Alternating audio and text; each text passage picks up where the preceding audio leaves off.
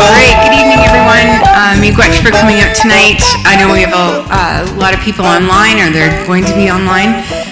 My name's Marcy Becking. I'm the Director of Communications at the Anishinaabe Nation, and it's Treaties Recognition Week. And every year, the Anishinaabe Nation does something. And this week, we decided to have a education session with Clayton King, who's going to share his knowledge with us tonight. He's from Beausoleil First Nation, and welcome, Clayton. I'm so glad you could come. So, yeah, give it up for Clayton King. He's going to share his knowledge with us tonight, and miigwech for coming again. Oh, miigwech, Marcy. Bonjour. Bonjour, Gamak. Gigadon Ninawak. Elders, gets it, and all those Anishinaabe Nene and Koyak out there in YouTube land.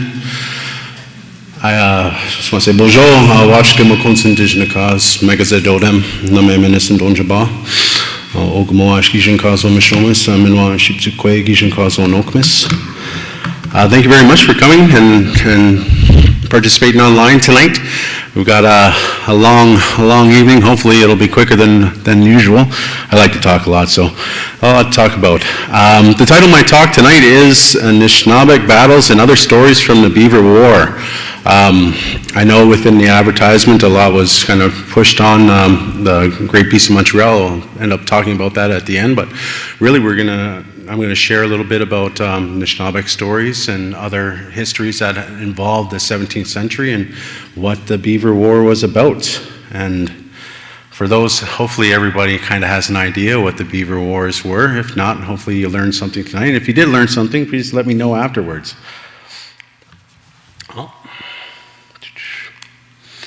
So when we think about the Beaver War, we think about a time at the beginning of the newcomers coming over from France and as well as England and other places.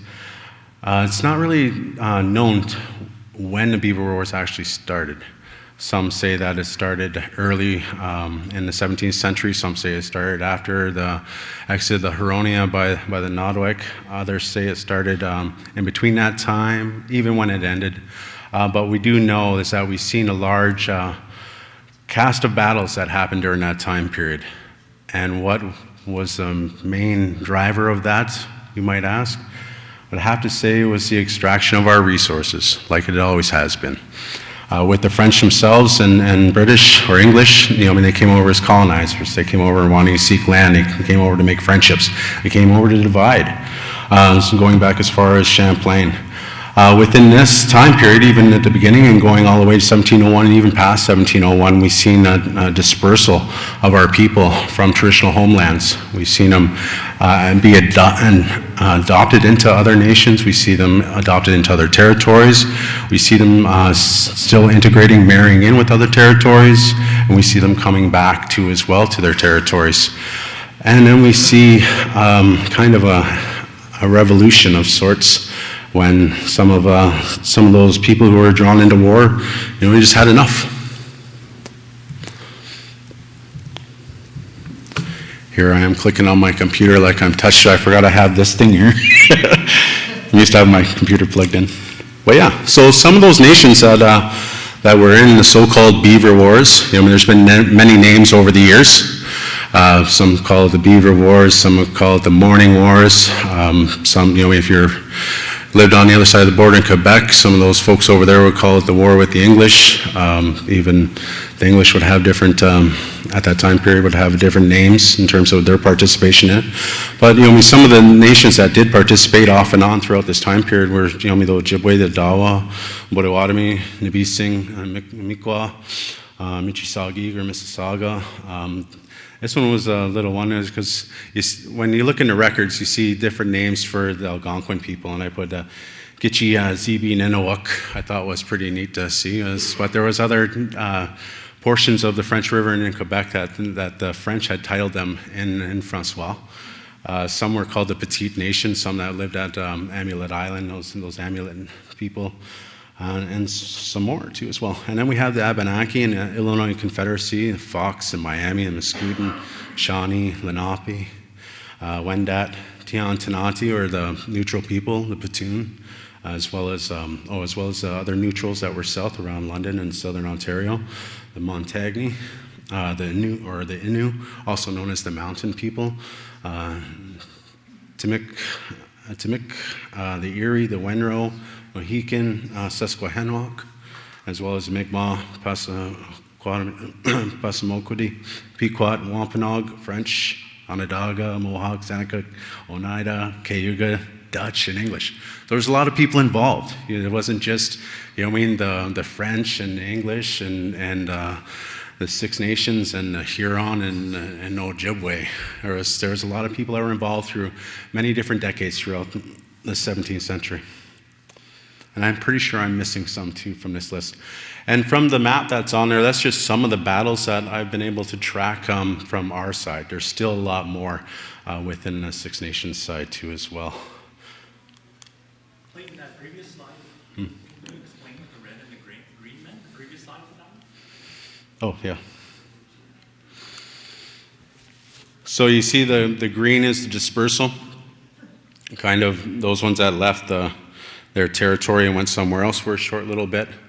The orange over there was the neutral that were pushed out, and the red right there were the Nautowik coming into battle and driving those out and trying to take over territory. So we have, Kickapoo, Miami going up, other Odawa and Wendat going over to Green Bay, Nipissing from Nibissing, and some Mississaugas going up to Lake Nipigon, and as well as other ones going to Chuquemacong, and as well as Keweenaw Peninsula and around La Pointe and so forth. So you see a wide dispersal. One of the new words I learned this past fall was the diaspora of people. So when I think about the diaspora of our people, it's really not a diaspora, because diaspora is something that you do voluntarily to escape whatever it is you're escaping, but this was more of a refuge at this time period. Oh. So what started the war? A lot of stories from around my neck of the woods have gone back to kind of like the boogeyman story with the Iroquois. Some state that it was because of interfamily feud that was almost caused, prior to that it was like alliances made. One story was from Solomon Assens from Beausoleil First Nation back in the 1880s. So he was told he told it to the Reverend Alan Salt, who was stationed there as a missionary. So he told Salt, and Salt also said this too as well. He goes, the following tradition I used to hear when I was a boy. And Solomon Assens told it to me in the same way. An Iroquois got a young Ojibwe to become his son-in-law, and an Ojibwe got a young Iroquois to become his son-in-law. The Iroquois killed his son-in-law and cooked him to his parents, and as well presented some of the cooked remains to them, and saying that, this is why I called you to drink some broth. And the insulted Ojibwe parents returned to their place without saying anything. And then there was some reciprocity there, where the Ojibwas held a council and decided to retaliate, and the son-in-law of the Iroquois that was killed ended up killing him and cooking him in the same way that the Iroquois had done to the Ojibways, and they invited him. And when the parents were served the remains of their son, they screamed. And the Ojibwe said, I did not scream when you thus served me, and then he clubbed them, and then the war of extermination began. So when I think about the time period when this story was told, and some of the other stories kind of similar to this, at first I didn't really want to believe something like that could happen, and how could this be, and how could this be the start of the war? When you learn about the start of the war and those battles that had happened, the Anishinaabeg were a little bit later. Well, if you count the Algonquin, they were right there with Champlain. But it continued, and different stories had happened kind of similar. So within another document, we have the tales of coming of the Ojibwe. And in this one, George Laidlaw, he ended up, it was Jehu Hammond tells this story. He was a barrister from Orillia, and he also did a lot of interviews with the folks from Rama. And within this story, it was a little bit different. We have different names for the chiefs at this time period. And it was told to him by Jonathan York, or a Mesclub. and also another gentleman named Windawsum, or Lightning, but he doesn't give the English name of this person. I try to figure out who it is, and I'm looking in other documents and trying to connect the Anishinaabe name with the folks, but I just haven't landed. Maybe Chief Ted, who's out there, you might know. But the difference in Hammond's story was that the Ojibwe chief was called Wabi Manado, and the Mohawk chief was called Wabi Makwa, which I thought was interesting because if you read into Salt's work, he gives other stories of creation and so forth, and these names are used interchangeably in those stories too as well. Those that don't know, Reverend Salt was from the Alderville region, Rice Lake region, and he traveled throughout Ontario doing missionary work with the Methodist Society. He stayed in Muncie, he stayed up north, he stayed at Chimnasing in the 1860s and as well, and went back to Muncie and then came back to Chimnasing, and then he went up to Wasauksing where he spent most of his time there until his death, and was ended up getting land, and I mean his kids lived up there, and then they moved away too as well. So we carry on, and then we have the story of Peter York, who also talks about this.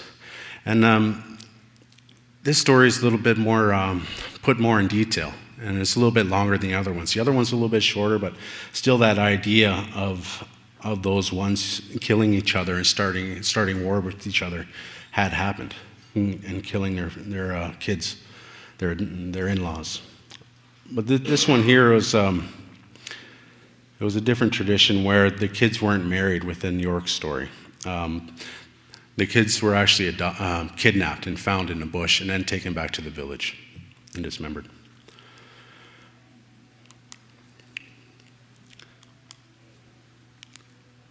And Louise Johnson, she was also, she married into the folks at Scugog, Mr. Johnson, and ended up giving her testimony as well as many others in 1923 when the Williams Treaty came around to all our communities. They first, came to kind of investigate the territory, the treaty claims that were made, or the hunting ground territories, and kind of did their assessment. And then a month later, came with, their aspirations of getting their land surrendered.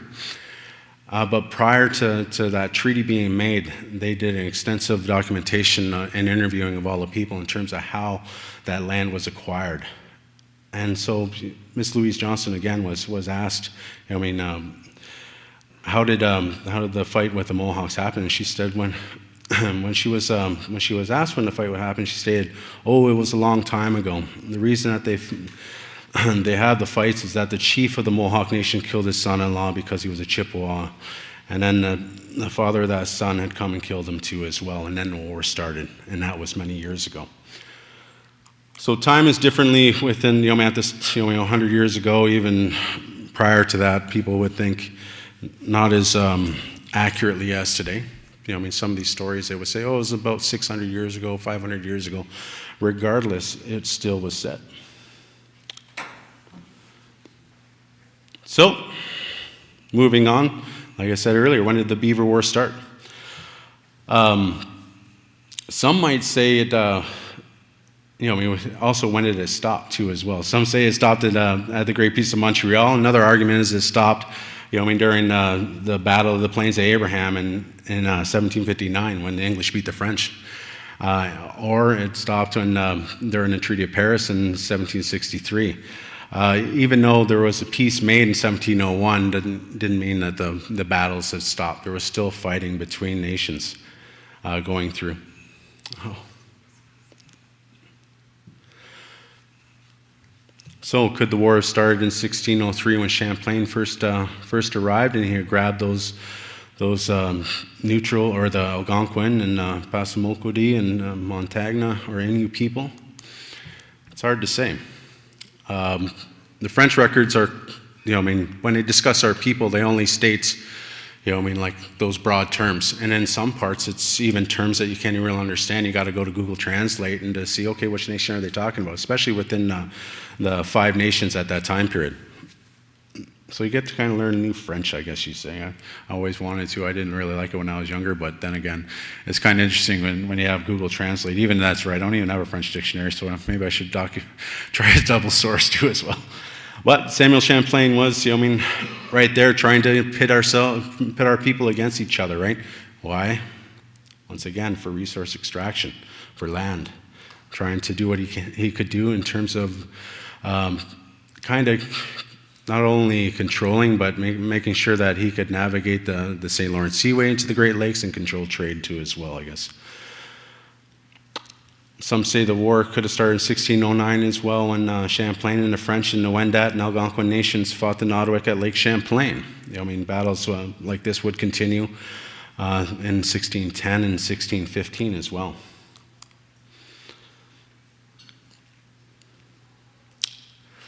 So the water systems connecting the St. Lawrence River, the Richelieu River, Lake Champlain, and Lake Hudson was an integral trade route for many Indigenous peoples, and the creation of New Netherland in southern Hudson River Valley in 1614 would change the dynamics of colonization along the northeast coast and the interior. So at Fort Orange, for those that don't know, Fort Orange was created along, it's now Albany, well, where Albany is in New York, but it was created by the Dutch West India Company and constructed in 1624. As early as 1626, the Dutch are recorded as helping the Mohican people against the Mohawk and their attacks. So there was still war going down south of Five Nations territory at that time period, and all throughout the Northeast. As soon as we see the English coming to about that time period, and Wampanoag and other Narragansett people too fighting.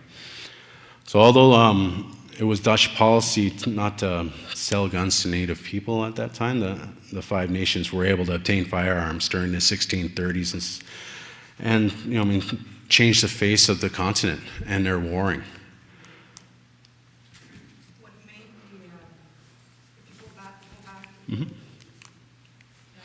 was it actually orange? No, it wasn't orange. The painting looks orange. The question was what made it orange, or the Fort Orange? Was it actually orange? Oh, Barb, you're funny. They call that nowadays proxy war, eh? Where they were instigating the other nations to attack the other nations. Yeah. Strategy still going on to this day. So there's a lot of wars, there are a lot of battles that happened throughout the 17th century. You always think, maybe a skirmish here, skirmish there. Through the work of Joe Brandale and his book, I think I counted over 460 battles that the Five Nations were in throughout that time, and that's not including like Nishnawbek stories and others from across the Great Lakes. So. Some were small skirmishes, like 20 people. Small raiding party. Some were large, to 15,000 or 1,500 to 2,000. So it's kind of, a lot of it, was robbery too as well. They're trying to get all the pelts and just make it easy for themselves, or as well as control of the Ottawa. Yes. Back to, you're talking about Columbus, how he, at the time, instigated Or Champlain. Champlain, instigated First Nation tribes or whatever to fight against each other. Do you have any idea how it actually was done, or is that based on history already, that they were Iroquois and Algonquins or whatever they're already fighting? We're having our own wars. Yeah. So I do believe, how the wars actually started. If there was warring before Champlain, yeah, I would say yes. There's always been war over territory. Even though some people might not believe it, resources were always needed in certain areas. People traveled and extended far across the continent, so they met up with other people, and sometimes you don't get along with other people. Just because it's not recorded in French or English records doesn't mean it didn't happen, right? But, it's my assumption it did happen, and it happened a lot longer than what we think, right? When you talk about this movement, is that how we exist where we are now because of this movement, or? No, we were already here. Oh, okay. Yeah. I read a book by history of the Midway. Our territories, I guess our lands are all tied with the wild rice. Mm-hmm. That was our state point. So wherever wild rice was, that's where Ojibwe people or Anishinaabe people were. Yep. I was just trying to be careful all sorts of food supplies, right? I mean, we depended on everything, especially with the water. So some of the not going over 460, 70 some odd battles. I picked out some of the major battles I was able to see in Brandeau's book. In the spring of 1654, there was a 1500 Seneca that beat 500 Wendat in South Huronia, where the Seneca were able to kill 200 Wendat males and capture 100, right? By the fall of 1638, the Nottawic attacked the Wenro, who had relocated to the Wendat village of Saucony, where they weren't able to have the support of their friends, the Neutrals. They were living on the other side of the Niagara River at that time. They were part of the Neutral Nation, but kind of splintered off. And pretty much where Buffalo and that east or west side of New York State is. The Nottawic also attacked the Tiantinati, or the Petun Tobacco Nation, in 1640, where the Nottawic destroyed their village of Ewa. And this one was in Perth County. It's recorded in Perth County, which is a lot south from where they were located later on, and at that time too as well, along southern Nottawasaga Bay and Collingwood and going up to the Bruce Peninsula. Yes? So in terms of these 400 battles, and with this introduction of the firearms, I guess, Mm-hmm. how much gunpowder or whatever What they need? reported for this? I haven't come across how much gunpowder was traded, but I'm sure they made those trades when they happened to take the pelts back to the different trading stations that were around, along the St. Lawrence River, as well as, down in New York too as well. It doesn't really state, even though that the French controlled, the St. Lawrence at that time period. It doesn't mean, and everybody was warring and fighting. It doesn't mean that the Mohawk or the other four nations had stopped trading with them. These things happen back and forth, and there was, disagreements here and there too as well, right? But yeah, we'll get close to that one. Mm-hmm. The Andiaran tribe, or another tribe of the Neutrals, were faced with the wrath of 300 Seneca warriors in the summer of 1645. And this group had left southern Ontario and was situated at the mission of St. John the Baptist, which is around present-day Orillia. So a lot of them, those neutral nations, would fear, those other Iroquois nations and move north, right? In the spring of 1649, we know the Nottawic started their annihilation against the Wendat in North Simcoe County, attacking the villages of St. Louis and St. Ignace, which was a major turning point. A lot of those Wendat who didn't die or get captured escaped to Chimnasing. We have that story back home, as well as the Tiantinati for the Petun Nation. Those Wendat would go down there to Collingwood too as well, and they would also try to join in with the Neutral Nation. So we see other groups trying to get help and seek safety from other nations in the area. In the spring of 1651, more than 1,000 Nottawic attacked the Neutrals, those adopted from the Wendat, pretty much the Rock Nation or the Andiaran Nation, and that had come and transferred in 1642. All the old and young were killed at this time period too. The women were kept and adopted. So this is kind of a similar theme until later on in the century. In the fall, yes. Like, do you know what the status, I'm wondering the influence of the beginnings of the settlers, like the 13 colonies, the beginnings of this, and the pressure put on the Iroquois, and the Beaver War, I would think, is part of it, but those influences of the pressure of how they started to massacre the Iroquois in that area, and that pressure, to go up north, must have aggravated the whole thing. Yeah. Yeah, a lot of people say they depleted their resources in New York in terms of the trading alliance they had with the Dutch and with the English too as well later on, and then as well with the French. There's a lot of things that come into play in terms of what had happened there. It's just not one over the other, and just wasn't a push to as well. Very complicated, complex. Oh yeah. So moving forward in the last kind of major battle, I guess you would say, in the fall of 1654 through the winter of 1655 as well, between 1,200 and 1,800 Nottawic warriors attacked Irilanahonan, I think that's how you say it in Erie, or they're called the Cat Nation too as well. That actual word translates into long tail in their language. So it was kind of, I always just thought they were the Erie, but it was interesting reading that name. The Erie had between 3,000 and 4,000 people within their nation, and the majority of them were kind of away at the time. But the majority of the Erie villages, when the Nottawick attacked, were destroyed. And although the Nottawick defeated the Erie, their numbers still suffered heavy losses throughout that campaign. So it wasn't just the Erie. You got 3,000, 4,000 Erie people still fighting and putting up a fight. They're going to take some casualties, right?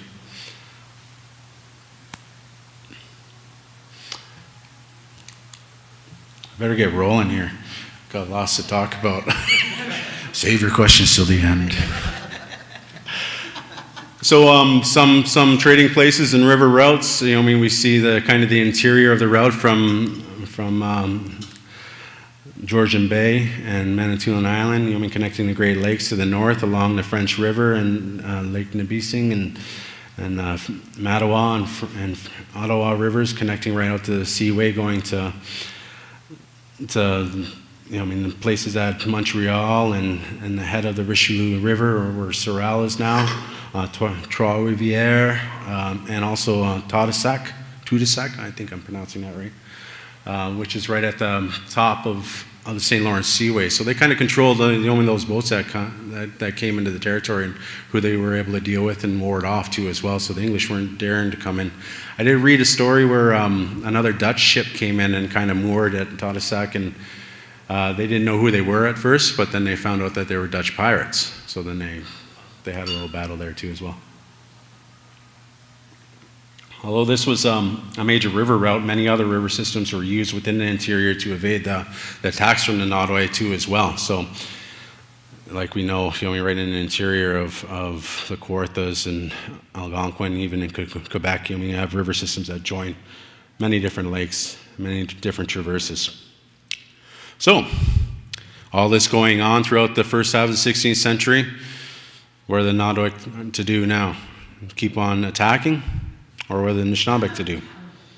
Time to join the fray. The time has come to join the fray. Anybody know where that saying comes from? No? Not too many Game of Thrones fans in the room, I guess. It's all right. I'll forgive you. So in the spring and the summer of 1654, Jesuit Gabriel Lamont documented that many indigenous people from the upper regions were gathering on the island to join the Huron. Now he says the island in this, it's presumed that he's talking about Menodominus. And those ones who were traveling toward the French too as well. So you had the Huron kind of escaping, still trading, and still wanting to get to Montreal. Stated that 30 families planned to settle near those teaching Christianity. All of the indigenous individuals carried pelts to trade for goods, and notably a Huron who had been adopted by the Iroquois had become the leader of the raiders, and the Nottawick ended up taking out 40 people at Menodominus. They probably would have taken more if it wasn't for all the pelts that they had to carry that they stole, right? So you have this invasion up in Menodominus, and it kind of, triggers a little bit more within the Anishinaabeg perspective and point of view. So, what are we going to do about this? It's not, and we have these stories that, they didn't want to fight, that we're kind of, settling back and just staying out of the way and, minding our own business, but time had come because more people were dying. And, these are just French records, it doesn't tell our whole story in terms of what had happened and what they really actually dealt with. So the French River, Lake Nipissing, the Mattawa River, the Dawa River, continued to be utilized as a major waterway connecting Anishinaabeg and Wendat and French trading places like Richelieu and Montreal and Trois-Rivières. So the oldest is Quebec City from 1608 when it was established, and Richelieu was, or Sorel was in 1642. Jesuit priest Paul Ragueneau had received a letter from another Jesuit who was missioned at Lake Nipissing, who observed in the wintertime of 1650 that the Algonquin who lived around the lake were taking what they could subsist on around the lake and dwelling in from place to place, kind of traveling around the lake and making men's meet. They would seasonally move from one place to another along the lake, but they always felt threatened by the Nodawak, he states. The name of the Jesuits at Lake Nibising that sent this letter isn't known within these archives. I've tried to find out who it was and try to figure out who the ones were around. Maybe some of those historians from Nipissing might know. But we do know within the letter, he said that Father Ragueneau did travel through Lake Nipissing with 300 Wendat when they fled from St. Joseph's or Chimnasing in 1650, in the spring of 1650. So he states within the letter, it says, Sometime came, and bands of Iroquois, coming from a distance of 200 leagues, surprised a party of these good neophytes in a place where they deemed their lives perfectly secure. Dragged them into captivity, men, women, and children, not sparing even the young. It was during this time that many from Nibising had retreated to the lake and sought refuge at Lake Nipigon for the duration of over 20 years. So I've heard this story in other documentation and other monographs, but there were still, others that didn't leave, right? There's other Mississauga too who were in the area who still utilized and wanted to eke out a life of trade and still try to, stay within their territory. So it wasn't everybody, but they came back after being visited. In 1923 at Hiawatha, Johnson Potash was asked how large his nation was when they settled at Nibising during the time of the Nodawak attacks. And Potash relayed to the Williams Street Commission that his people at Rice Lake had come from the Mississauga River and Lake Nipissing. He also said that the Michisaugee, who originated from Nibising Zaugigan, were originally Shawnee. He relayed to the commission, you see, the Shawnee Indians, that we came from originally. Long ago, they separated, and one sachem took one half of the people with them, and the other sachem took the other half to be with them. And one half came to Nipissing.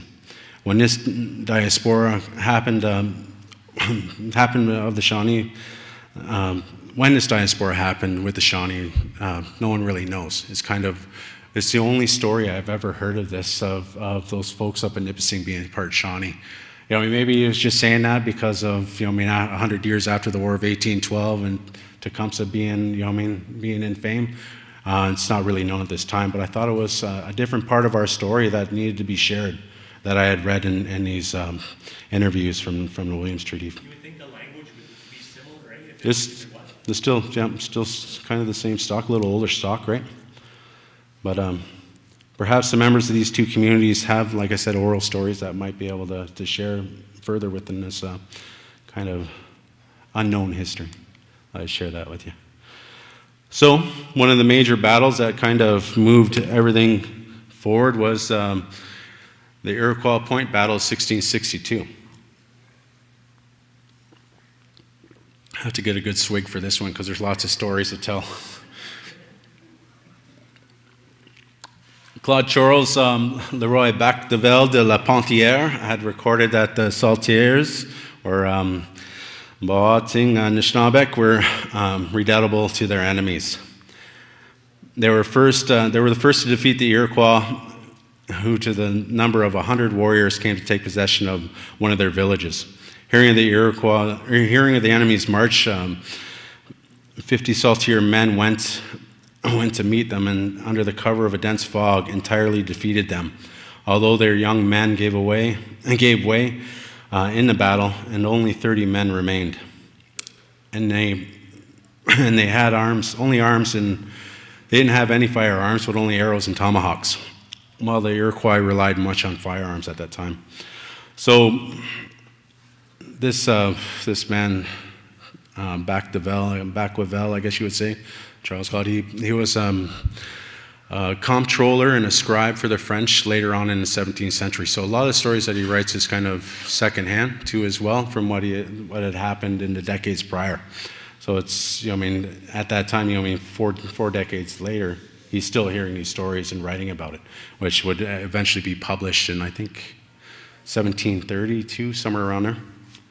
In the fall of 1765, fur trader Alexander Henry also talks about this. He stated that he had departed from the Sioux, going to Chequamegon, or Chequamegon. I always say Chequamegon when I read it, right?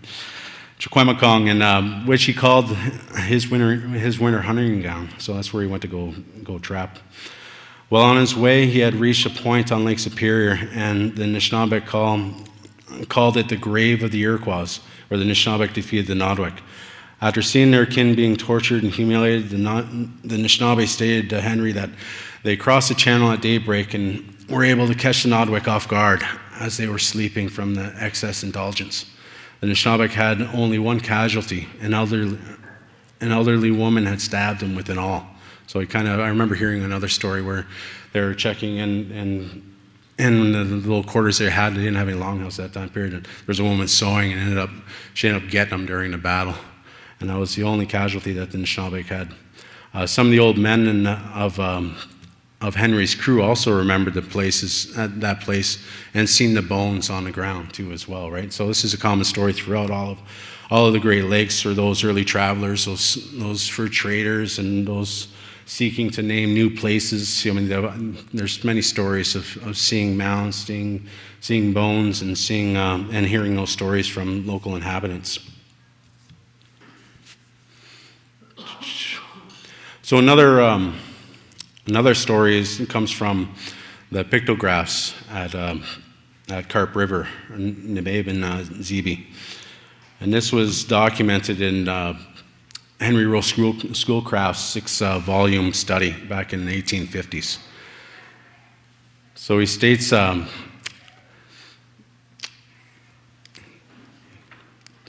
he always explained, he talks about, he was talking about Shingwalk at the time. Shingwalk relayed this story to him while he was at the zoo. He said he always explained the symbols and gave full interpretation. There lived on the stream, as he states, years ago, a chief of the name Maingan, or the Wolf, of the Mermaid Dodom, who was skilled in the Meday and was invested by the opinion of his people, with a character of much skill and secret power. He practiced the arts of ceremony of the Meday and was a Jeekwandum. By these means, he acquired influence and raised a war party and crossed Lake Superior in canoes. The exhibition was not barren in other respects of success, but this exploit was considered as direct evidence of the influence of his gods, and it gave him much credit. That he determined to perpetuate the memory of it by the Mazinabikon, or the pictographs that he created. He made 2 inscriptions on the wall, on the south wall, and the other on the north shores of Lake Superior. Both were precipice faces on rocks. Copies of both are presented within his book too as well. And these copies were made with the point of a knife on a roll of birch bark. So what Shingwalk did was, he didn't take them there, he just reproduced it right on birch bark scrolls, undid the scroll and shared that with them.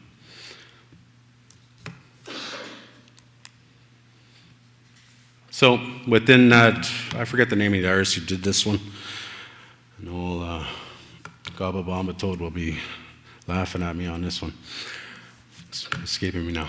But within that reproduction, I was trying to find and see if there was any actual photographs taken of those pictographs at Carp River. And it's not too far from here too as well, just over the river, right?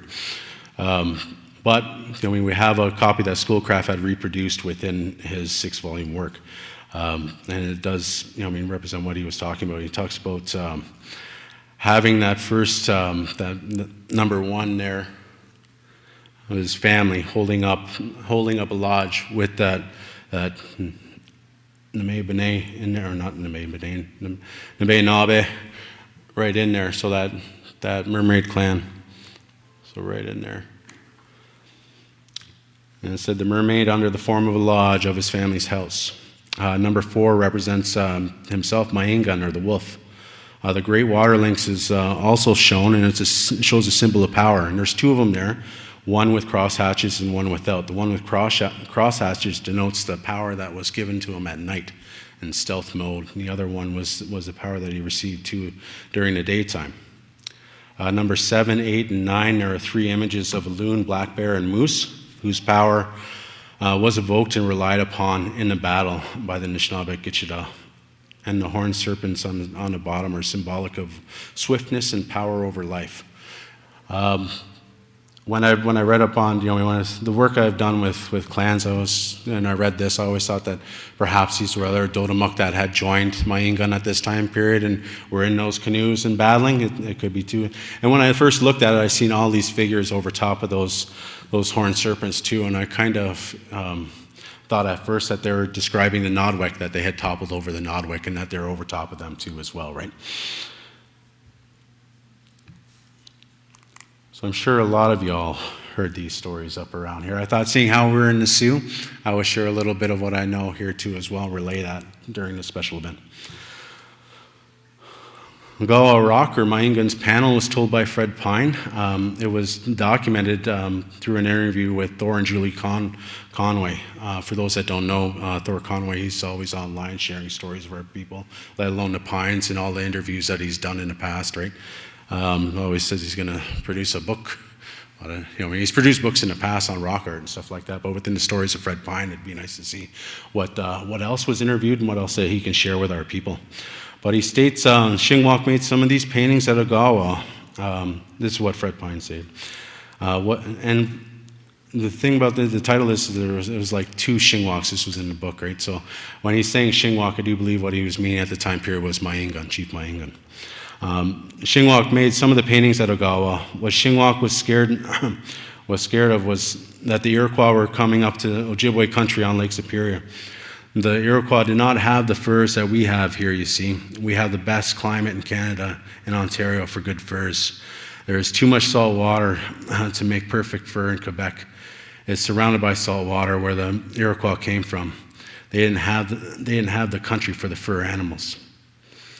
So later on in the interview, he talks about how when the Iroquois first came in the area, the Ojibwe asked for help to cross Lake Superior. The Ojibwe didn't have radios then, but they could get the message from one side of the lake to the other. And he said, well, you know how? He goes, that medicine man over there will fly across the lake. So the medicine man flew across the lake, and it didn't take him very long to get to the south shore. And the medicine man could fly at that time as fast as a bird if he could get a hold of him. And he even used the nanokose, or that hummingbird. And said, "Well, fly across the ocean, that hummingbird." And he was good for sending messages. So he goes on to state that how at that time when the Iroquois came, that medicine man, Mayingun, had created a fog to kind of hide the guise of themselves and be able to attack and fog up all of Lake Superior. And then he made a large fire, and his people danced around the fire and put tobacco in it, and then they performed a miracle. He had the power to affect the atmosphere, and he lifted the fog, he said. So when the Ojibwe tribes went out, they went and met the Iroquois on the lake. They never landed. The Iroquois never landed here on the North Shore, he states.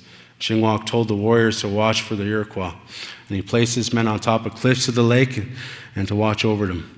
And then they covered themselves with brush and hay, and they put the hay all on the ground so they could not be seen. It was like camouflage. Then the Ojibwe wrapped their paddles with beaver hides and to soften the sounds, and some kind of hide. I said, some kind of hide. But it didn't make any noise with the canoes. The Ojibwe warriors went in just like it was like they could, all quiet, and then the Iroquois ran out. In the big battle, the Ojibwe got the jump on the enemy. They grabbed them and killed the Iroquois with wooden clubs. There were no guns in that day, he states. So, right around this whole area, there's stories of those ones fighting, using rocks, using clubs, hiding in crevices, hiding in caves, and those stories of those bones being found in caves later on. So it's interesting that from one area you can go to, and in another area there's a similar story.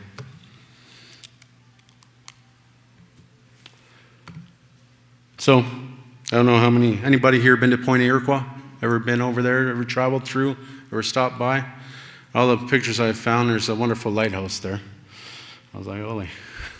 Nothing, the thing about it is that when you're a historian, you read about things, there's nothing to really, there's no plaques, there's no understanding of our history, and, some of these things that need to be made known to our people. Just right over the border. I'll show you. Hold on.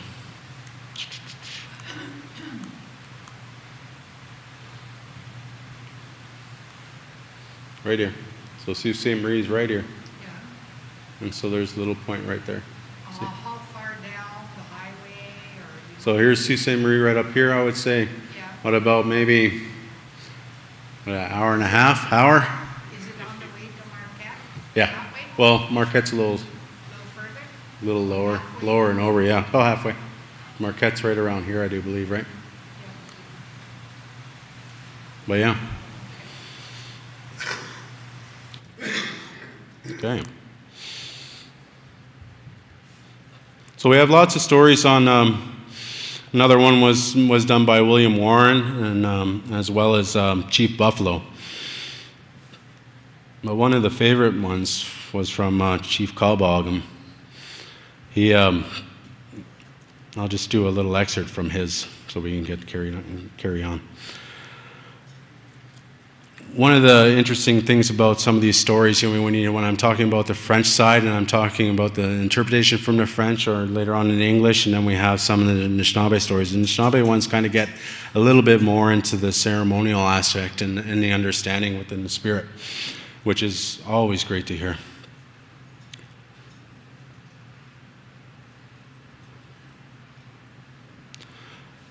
So, when Caldwell relayed this story back in it doesn't say within in the book where him and his wife had shared these stories over 120 years ago.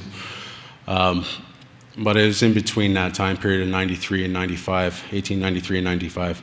He stated, a great war party of Iroquois came from the lower lakes. As they paddled along the shore of Georgian Bay, the Ojibways in that neighborhood pushed on ahead of them and gave warning of their approach. The Ojibways traveled day and night to the Sioux, gathering numbers as they went till they reached Lake Superior and felt able to fight. Then they camped secretly at Point aux Pins, while the Iroquois passed them the next day and camped on the other side of the water at Iroquois Point. As they went along, not knowing that they were watched, the Iroquois began to sing their war songs, and then they landed. And when they landed, they saw that there was a war dance happening too as well.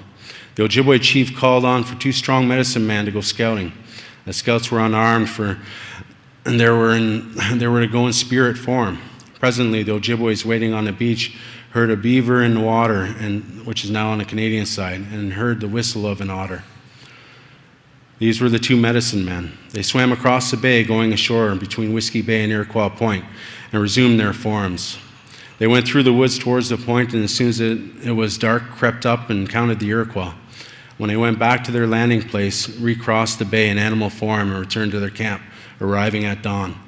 They knew from a spirit that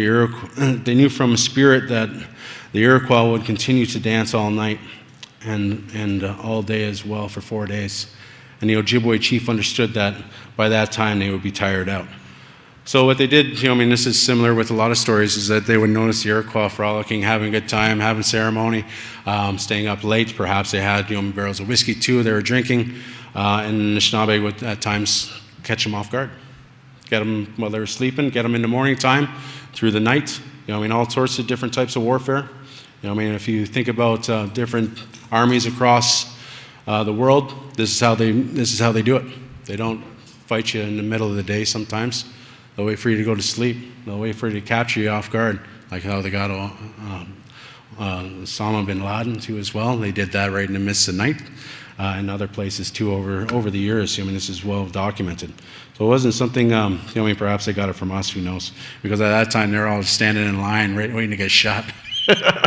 But yeah, it's just another way to think about things when that was happening. So most of these stories I'm bringing up, last year when I was invited to talk at Laurentian, I talked about that Eternal Council Fire Wampum Belt and those stopping places in between there. So much has been brought up with Brian and Al over the years. And I just wanted to add a little bit onto that story last year, and different documentation that was researched.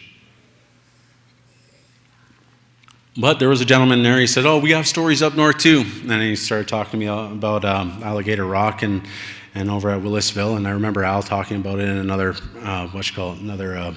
presentation a while back. I think it was during RHT testimony. But this one was pretty good, so I ended up finding the story. I was told about that one. And it was, are a lot of people, you know about this that are in the room, about Alligator Rock? Who knows about Alligator Rock? Nobody? Okay. So, former chief of Birch Island, Gregor McGregor, was interviewed in June of 1940 by linguist Charles F. Vogelin from DePaul University, or now Indiana State University. Gregor McGregor informed Vogelin about the war with the Iroquois, and he said, once, as the story goes, backwoods people were known to be coming down the water and being chased by the bad Iroquois. And they were being tracked. They were still being followed, and there was a lake there. There were manados that were drawn, and on the promontory there were those backwoodsmen who camped. Then they knew that they were being tracked by those Indians, the bad Iroquois, and they planned to kill the Iroquois. Now there were those manados that were drawn. Those people disembarked. Where those people disembarked. Then they beached their boats, and they all went uphill. And as one of them, and many of them as they were, and from yonder to the mountain, they repeatedly hauled many stones. And one said, "There's a little crevice in the rock. I will go there. Now when they are across at some point, that's when I will call out.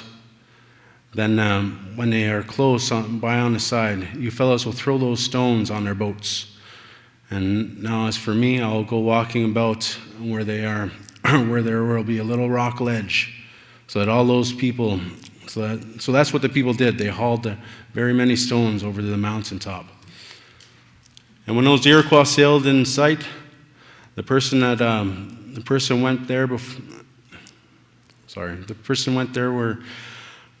there was a little ledge.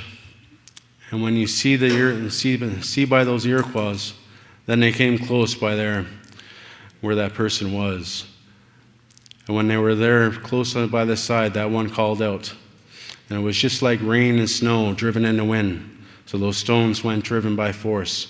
Those Iroquois had rocks thrown at them and all their boats, and there was holes made in all the bodies of their boats. And also many of them were killed by those stones.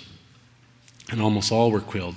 And those ones that weren't killed, when they went to the shore to try to seek refuge, it was the women who met them at the shore, and the women went and killed them too, it was said. That's what Gregor McGregor said. It's like, holy smokes, they're real hardcore, got tired of paddling all that way and had enough.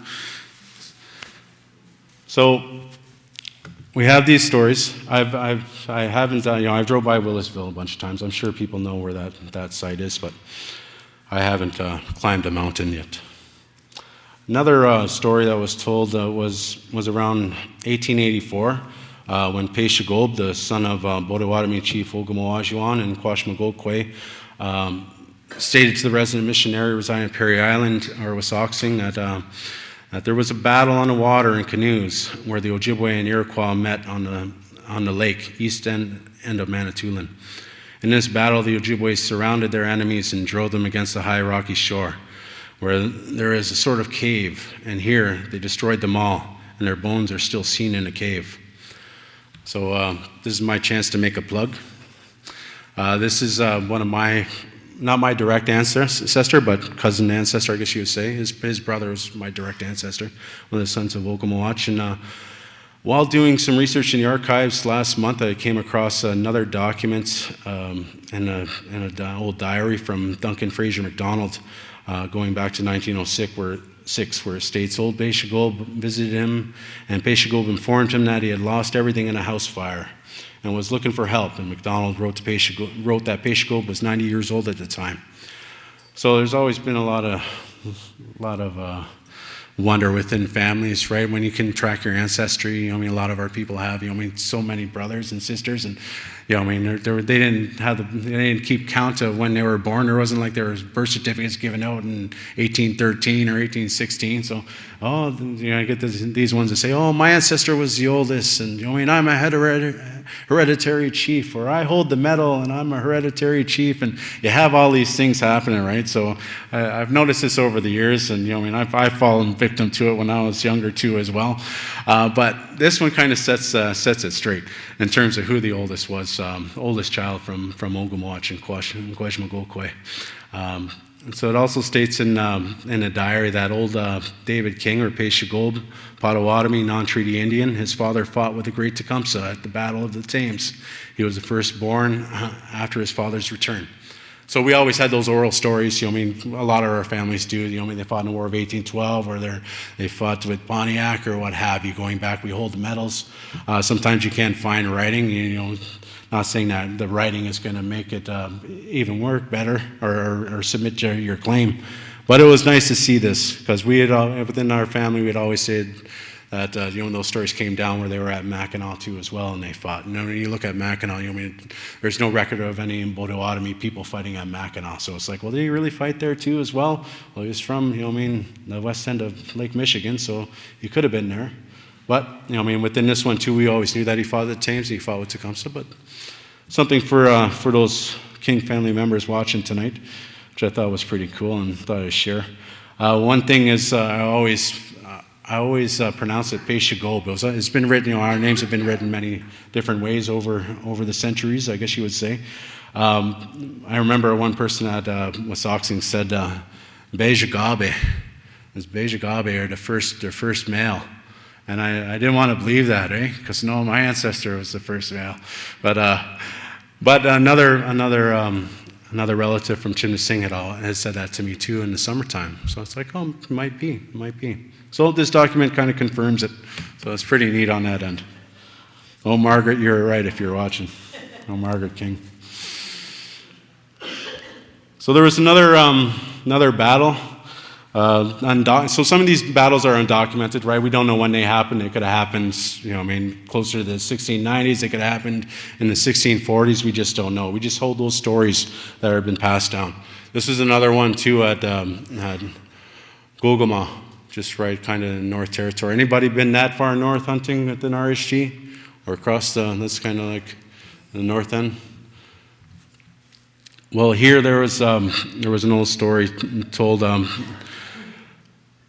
It was actually told within Pierre Schmaltz's book, The Role of the Ojibwe in the Conquest of Southern Ontario back in 1984, and he stated in his book that, moreover, the daughter of a Hudson's Bay factor living in Gogoma in the first decade of the 20th century remembers playing with human bones on the shore of Lake Minnesota. She was informed by the local Ojibwe that the skeletons were the remains of the Iroquois who were defeated by them. The northern area along the canoe route to Montreal, nevertheless, would not have involved the elimination of any Iroquois villages, since it was too dangerous for them to establish any in that area. So it was kind of weird, as I remember hearing stories when some of my cousins were growing up on Chimnasing. I grew up off reserve, right? So moved there in my later teens. But one of my cousins had talked about, when they were younger, they were playing, at their uncle's house and playing in the sand with trucks and everything else, and playing with sticks and everything else. And next their mom came out and said, "What are you doing?" And swatted that stick out of their hand, and sure enough, it was old bones of the Huron popping up, right? So when I read this, that's the first thing I said. I said, "Well, what'd you do?" I said, "Well, we told the band and everything else. So now there's kind of like a fenced-in area there, right? So these things happen. Even for those anybody who've been to Ottawa, Spark Street. No, in Spark Street, they have a story there where, those ones that were making the Rideau Canal that had passed away were buried along Spark Street. So in the 20th century and further, with the permafrost, it would raise their bones up to the ground. So they're always kind of finding bones from that area. It was kind of weird how my cousin said that. I don't know what I'd think if I was playing with bones as a kid. Kind of crazy. So we have all these kind of battles going on. And the Iroquois, or the Five Nations, Nottawick, were, continuing to make peace with those newcomers, right? The earliest peace they made was with the Dutch in 1613. Some reports say 1618, but this one symbolized that their friendship would be held together with a rope, as strong as the rope could be. So as we know, this is kind of representative of the Goswenta belt, or the two-row wampum. In 1643, the Dutch changed and replaced the rope with a chain because it was stronger. And in 1664, the English defeated the Dutch and assumed possession of New Netherlands, and now it is called New York. And that peace also included the Five Nations, not just the Mohawk. So in 1666, the French made peace with the Five Nations in another agreement. So they're making, friendship on both sides, trying to get their pelts and trying to continue the trade. 1677, the chain of friendship became silver, and between the Five Nations and the British, thus solidifying the covenant or binding peace agreement. In the 1680s, the peace was broken off between the French and the Five Nations, and this decade would see a significant decline in their population as well.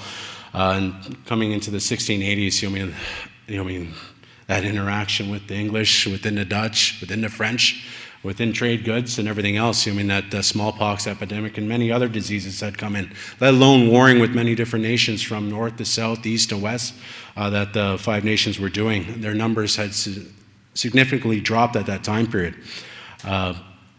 So even though they continued to raid during that time, every time that they raided, they didn't kill off everybody. They started adopting more men and children and women to replenish their numbers, right? It is stated that over 6,000 people were adopted into the Five Nations during the 17th century. So you see fluctuations go up and down throughout those decades. By 1689, King William's War would spill over from Europe into North America between the French and English, and that war would last until about 1697. So it's not like we had Facebook back then, right? Or we didn't get a good tweet saying that the French and English were at war with each other. We just kind of assumed things would keep going as they were at that time period, but word got out, right? And obviously, they always wanted people to pick sides. In terms of what the Five Nations were doing, they didn't, submit at all. Like the French and the English weren't their masters. They worked together. They had alliance, and they wanted to keep the trade going for economic reasons and purposes, let alone the extraction of resources and money to be made. So that's the foundation of this time period, is money needs to be made at all times for the French and English. So later on, it's not really a date that is put down again, but we have other documentation from our Rice Lake Methodist missionary back in the 19th century, George Coppaway. He wrote a number of books. One of them was a traditional history of the characteristic sketches of the Ojibwe Nation. And he stated that there was a council held at Saugeen. He goes, although there's no date when this happened, it could have probably taken place in the latter half of the 1680s. In his publication, he states that the chiefs and Ojibways were to go to Nottawa-Saugeen, or the principal village of the Iroquois on the easternmost shore of Lake Huron.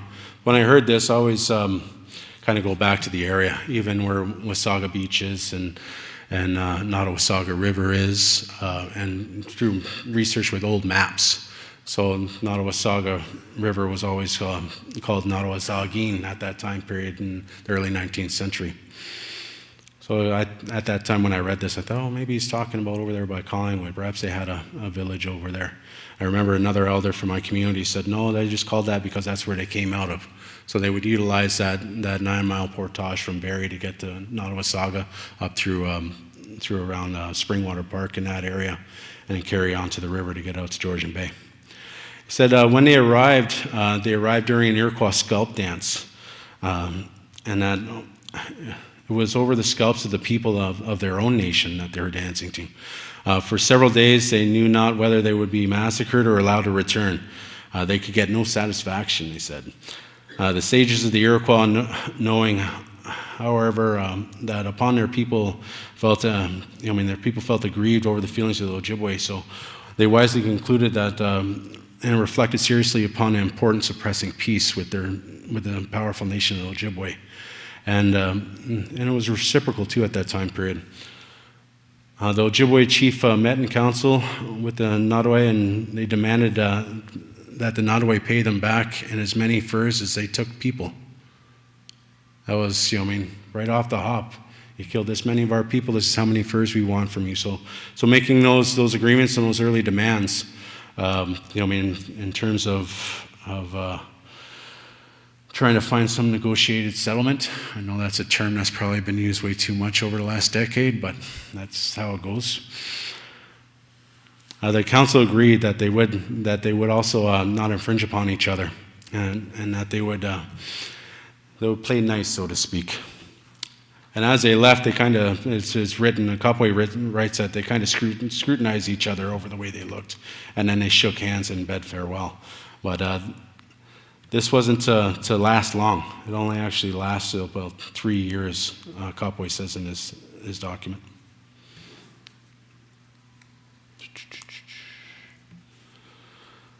So not only does he talk about the Treaty of Peace happening at Saugeen, he talks about another one happening here in the Sioux, or Boise.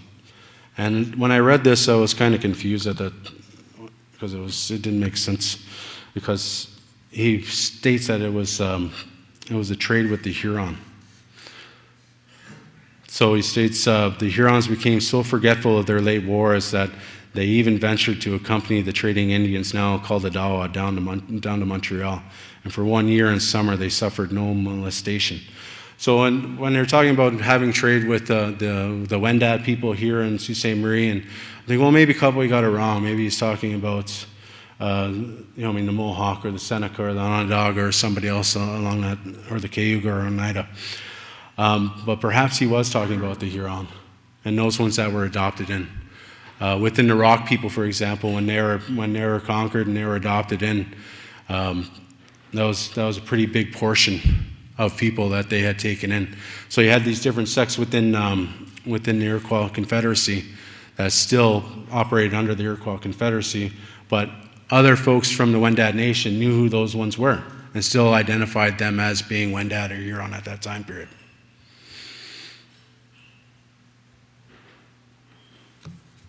So,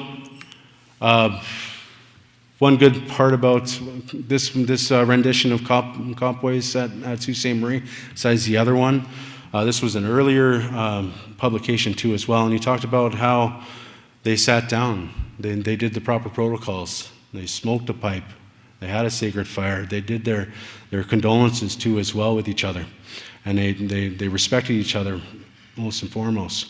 And that, again, they would not infringe upon each other's territory, and that the trade would be free, going right to the St. Lawrence and to Montreal and Quebec. But 39 moons later, it did not last. After nearly 3 years of peace, the Iroquois launched surprise attacks against the Ojibways and several other Anishinaabe along Mahamo Zibi. I've heard this word, or read this word plenty of times in different documents. It's another word for the Dawa River that Copway talks about. Mahamo, I know Mo means bee, right? Language commissioner? Namo? What would it be if it said Mahamo? Mahamo Zibi.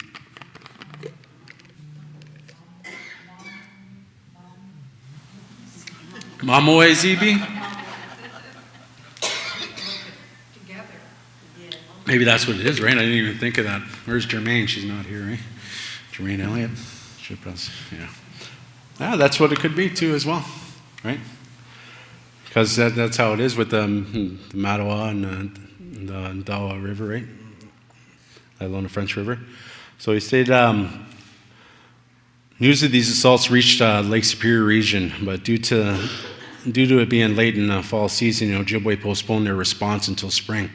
During the winter, runners were dispatched and alerted all the allied tribes, including the Sac, the Fox, the Menominees, the Potawatomis, the Wendat of Sandusky that were down in Ohio at that time period, and about the impending conflict. And strings of wampum were sent as the messages and war cries echoed across the prairies and bays, signaling widespread preparation for battle.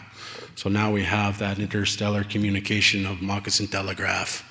They're going and they're traveling and they're wanting everybody to know what's going on to be able to counterattack against the Five Nations. The tribes engaged in war dances and training, and one Wendat warrior who's often talked about within the French records at this time period is Kondiaronk. Some say he might have been Petun or neutral from the Tobacco Nation, and when he was young, he would have seen all of these things happen to his people, right? So he grew up, fierce and revengeful, so to speak, and he was ready for a war. So he helped, train a lot of those ones who needed to get trained within all of the Nishnawbek Nation. So he stated that the hunting grounds were abandoned and the women turned to the fishing for sustenance. And by agreement, the allied warriors gathered below Sault Ste. Marie at the start of May, the flower moon. Wabojik's son assembled war canoes from, it says Pequawquan, but I think I've never found any other village along the south shore of Lake Superior called that. He might have been meaning over at Chuquemacong, perhaps. And he states the war chief's call to arms and was met and with a thunderous response, and the warriors danced and prepared to coming for battle. So everybody's getting ready. Not only within our stories from Chimnasing, those ones on the north side of Lake Superior gathered too as well in preparation to take the fight right back into southern Ontario. Isn't that what did you call that? Was that Pequawquan? Pequawquan? whereabouts is that? There's It just says on the south shore of Lake Superior. shore of Lake Superior. Okay, that's Pequawquan? Pequawquan? Kiwinapay. I thought it was Giwedanon. Giwanon, because they talk about Giwanon Peninsula too as well, right? Yeah. There's lots of places up that way they still have their Anishinaabe names, eh? Yeah. Like Ishpemay. Mm-hmm. But I Pequawquan? I've seen it written on my Mm-hmm. Yeah, it's probably right in between there too, right? Going towards La Pointe, somewhere along the south shore. So we have, the Council of War created. Everybody's ready to go. When they had gathered, says that at dawn a formidable fleet of war canoes from Chuquemacong and Giwanon signaled the start of their expedition. The warriors were led by the aged Chief Wabojik, who prepared to confront the Nottowek. Although Wabojik was too old to lead in person, he entrusted command to his son, Niaquit. Standing on a rock overlooking the waters, Wabojik addressed the assembled warriors, recalling past battles against the Nottowek of the West and the importance of fighting with honor and purpose. He reminded them that the ancestors had driven out their enemies who broke the peace agreements, and that the same spiritual force of Gage Manado would guide and protect them in the upcoming conflict. The chief urged the warriors to march eastward and confront the Nottowek and reclaim the land of the Wendat. His speech inspired the warriors at this time period, and they responded with shouts in terms of embarking on their mission. So he really got them revved up, eh? Pre-game sports speech almost. Gilles Savard, in his book, The Great Peace of Montreal in 1701, writes that Frontenac in 1692 reported to the Minister of Marine that all the nations of the Pays de Haunt had more than 800 men in different parties, small parties, that every day they were at the doors of the villages of the Iroquois or harassed them in their haunts, which harmed them greatly. So we have this story and many stories like it throughout all of our communities, in terms of how they all gathered together to put the Nottoway on the run and to reclaim what was theirs and what was the Wendats, and to push them out and try and kind of stop the atrocities that were going on. But we don't, not like the French records, we don't have dates. And so when I learned of this stuff, and we hear it, it's almost like a beginning, middle, and end all of the battles with the Nottoway. But according to the records that have been laid out by the French and English, it wasn't a one-all extermination. It wasn't like they came through and settled right here and it went south. Here, I forget I'm in Sault Ste. Marie and think I'm down in southern Georgian Bay. But up here in the north, and I mean, once they went down to Lake Huron, Lake St. Clair, went to Saugeen, and all through the Kawarthas, it wasn't like a one fall swoop. There's other stories, even of Kondiaronk coming back down after, right before the Great Peace of Montreal, fighting them along the North Shore of Lake Erie, meeting different Nottawick up by north of Frontenac, and deciding whether to kill them or not, or to keep peace with the French at Montreal, because the French wanted to make peace again. Why? Again, they wanted to make peace so they can settle everything that was going on in the territory, so they can continue to get furs and put them on ships and make money. If people are warring with each other, there's no fur, right? So yeah.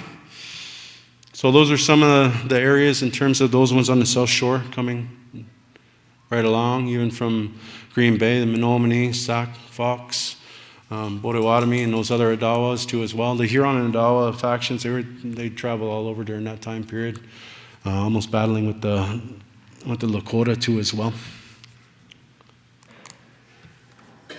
How are we doing with time? All right? Okay. Everybody okay? Okay. So, as we continue, we see these battles coming down. There's a nice drawing of George Copway. As an artist, I always like finding old paintings and drawings and other sketches of our people. Photographs are always nice, but sometimes you want to catch a good artist. In Peter Schmaltz's book on the Saugeen, he's got a couple maps. This is one of them in the history of the Saugeen Indians, he calls it. But it gives a good way in terms of all the stories that he read about too as well, and how everything came across from the top, going to the French River, around another contingent moving down, going down to St. Clair and lower Lake Huron, going up to Saugeen, and then cutting over and then going into the interior. Some stories stop, some maps stop, but they carried on all the way to Kingston and then again down to Burlington. But within the battles at the French River, a lot of them come from different sources. Alan Salt is another one who records, when he was traveling from Wissahickon going up to Killarney area and around there doing his missionary work during the 1880s and 1890s, he always made reference with those ones that he was traveling with, or those ones that he was traveling with made reference to the different areas that were of significance in the Anishinaabe, from the French River to Killarney to Collins Inlet, as well as Pickerel and so forth. So he stated on September 1st, in 1883, that we had passed 15 miles of the French River. We went ashore on the bank of the western branch, and John Shawashige told us the place where the Iroquois of old used to wash and slay the Ojibways. They called Nottoway-Wakigon, or a place called Nottoway-Wakigon. And we arrived at the reserve of Grumbling Point in the evening. So it almost, his things always ended like, we arrived here, we arrived there, but we made it. So not only were, we have stories in the Anishinaabe throwing rocks, but this is a common thread right along the French River on both sides, right? So he makes these references to all the different types of forts that were up at that time period, and I just, I always wonder, were any of these more documented by our people? Do we know where they are today? Can we make some sort of historical references, doing mapping exercises and so forth, right? George Copway also talked again. He stated regarding the French River assault that it was during these journeys that 40 of them the Nottawick were massacred by the Wendat or Huron at the mouth of the French River without the least provocation. Plunder alone was their object. This, in connection with similar acts, occasioned that war which resulted in their complete extermination from Canada by the nation. So not only were the Wendat and probably Kondiaronk wanting to get revenge, but they're reciprocating and getting the pelts. Very nice picture of French River I took, I think last year, from that bridge. Yeah, from the bridge. And I just, every time I stop at some of these places I read about, I'm visualizing, like seeing people throwing rocks off. And here there was some people from out of country that were on that bridge, and they're walking along. They're going. I seen them pass us. And next, as we were leaving, they're coming back with us. But the kids were holding these big rocks, walking like this. And another lady came out and said, "No, you can't do that. Don't be doing that." And there's kayakers going around. Holy smokes, you guys are nuts. forget where they were from. But yeah, we have another story from down south in Namjanong. Author David Plain shares a lot of his stuff in his literary publications, and he said that the Mississauga moved east along the Mattawa River and then south into eastern Ontario, while the Mi'kmaq and Odawa moved south to the southern shore of Georgian Bay, ready to attack from there. So we have different contingencies going and different allies. And you know, when you read the French records, Jesuit records or others, you have, I mean, this distinction. It's not like they're saying Odawa or Ojibwe or Potawatomi. You know, I mean, they're naming us in our Dodomuk, right? They're identifying us by our clans and who we're allied with. It's one thing that we forget, and a lot of non-native scholars, when they write about this, they don't put that together, right? So it gives a good little bit more history of where our ancestors had settled and lived at that time period, in terms of tracking Dodomuk and territory. So here's an old image from Francis Ann Hopkins traversing down the Mattawa River. I always like finding artwork that kind of shares with the history. So another battle along, or going down towards Ottawa, had happened even before the war of extermination had begun in the 1690s, I guess you would say, from the Anishinaabeg perspective. The warriors who took them, Maumozibi had several engagements with them, but outnumbering them, they easily routed the Iroquois. Again, Coppoy stated that. Alan Salt also stated that the following traditions was told by James Nanabush, or Old Giweden, who was living out with Wissahickon at this time period in 1884. And he said the Algonquins, or the Dishquegamuk, at the lower part of the river of Ottawa, who were constantly being killed by the Iroquois, sent word up to the Ojibways for the aid to help punish the Iroquois, who were constantly cutting off their lives and constantly cutting off the lives of Indians. The Ojibways went in their canoes and fought the Iroquois in that part. The Iroquois were put to the worst and fled north along the Ottawa River, being pursued. Few were left alive. So we have these, not only trying to go south, but they're going north. They're trying to escape every which way, and they're being put on the run, right? Anybody know Cornelius Krieghoff? Art history background. But I do know Lake St. Clair. I haven't seen any mountains that big down there.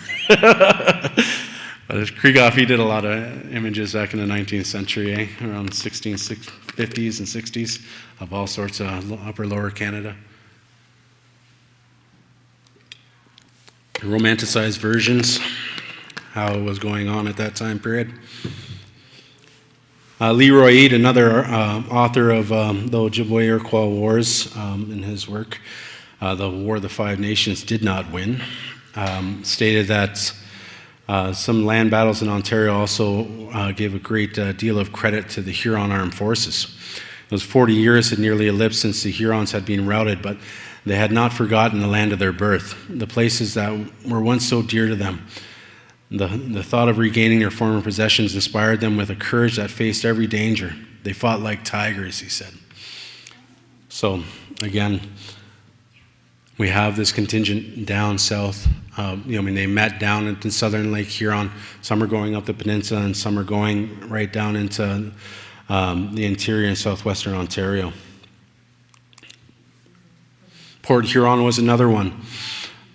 Right along the Black River, there was a large battle that had been fought. Nimki Kents was Neme Kents. There he is. I was wondering if you're going to be here, Gama. Now his father, I could never pronounce it right. I didn't think they would. His name was Jungal, but it says like Gioskons, but I thought it was Giosh Gons. Do you know that? It looks like young boy. Yeah. Yeah. But he called him Yungal, right? Gayash, is that how you say it? Seagull? Gayash Gons? Gayash Gons. So Nemekens was a renowned Chippewa warrior allied with the English and participated in General Sinclair's campaigns during the 19th century. And for his bravery, he was honored with the uniform of Brigadier General.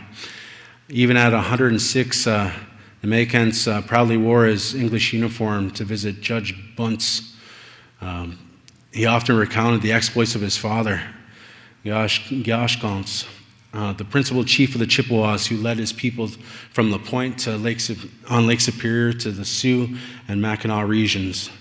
The Chippewas having been displaced from their preferred hunting grounds by the Iroquois, Hurons, and Wyandots, resolved to reclaim their territory. And under Gashgon's leadership, 400 canoes of warriors traversed Lake Huron, and some attacking near Detroit, and others landing at the Black River close to Fort Gratiot.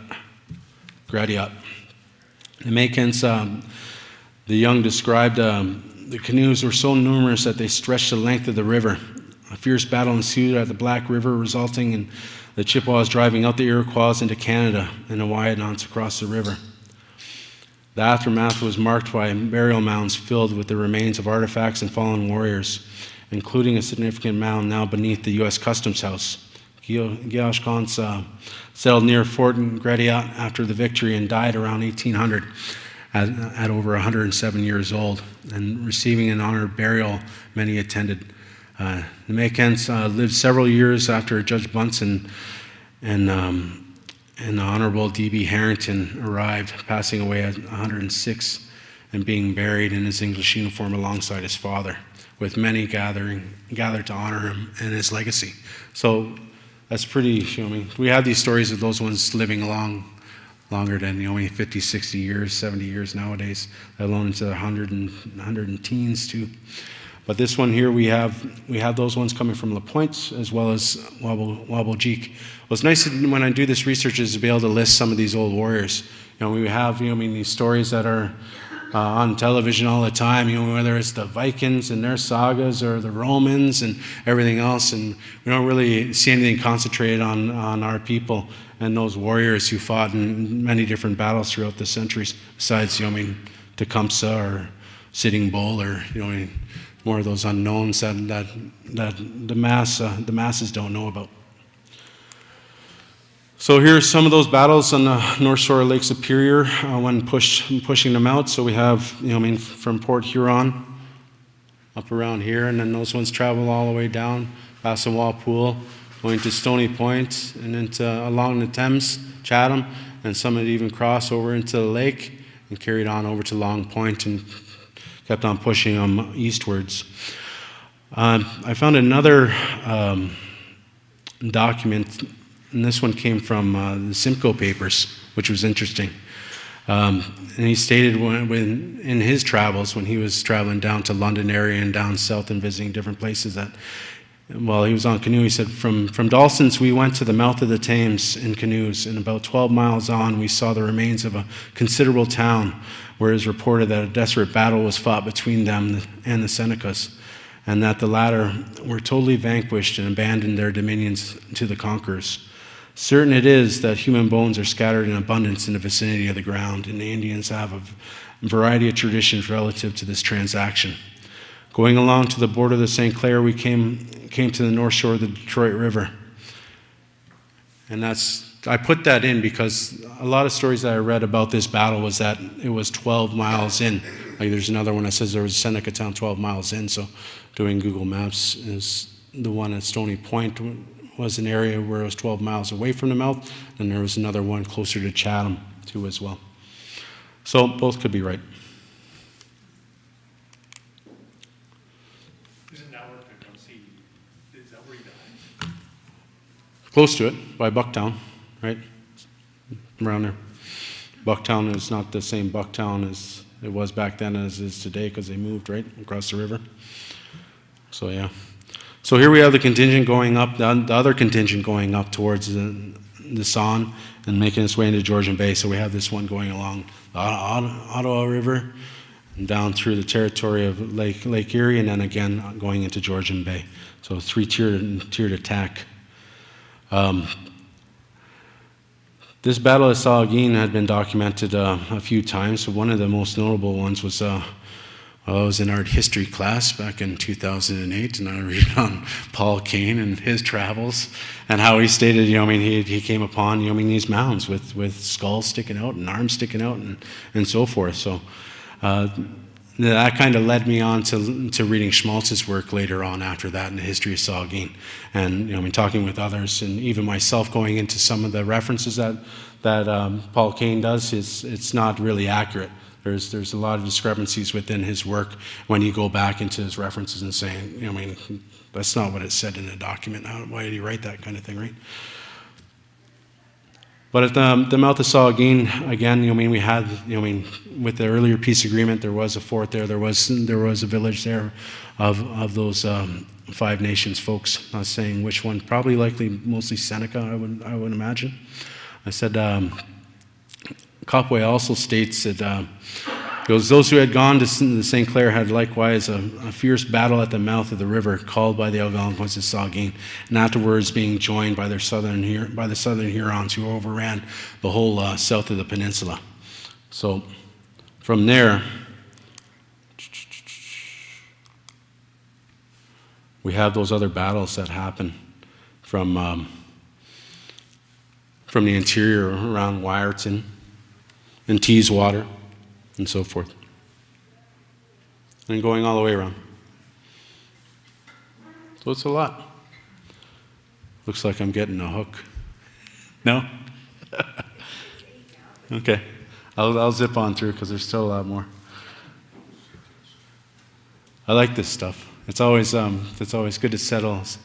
We settle down and go through all the different types of interpretations of what had happened, and especially the time periods of the interpretations itself. Some are more descriptive than others, but so they carry on, and they come to a place which has been known as Saugamo's Watching Place by just south of Meaford, Ontario, close to Collingwood.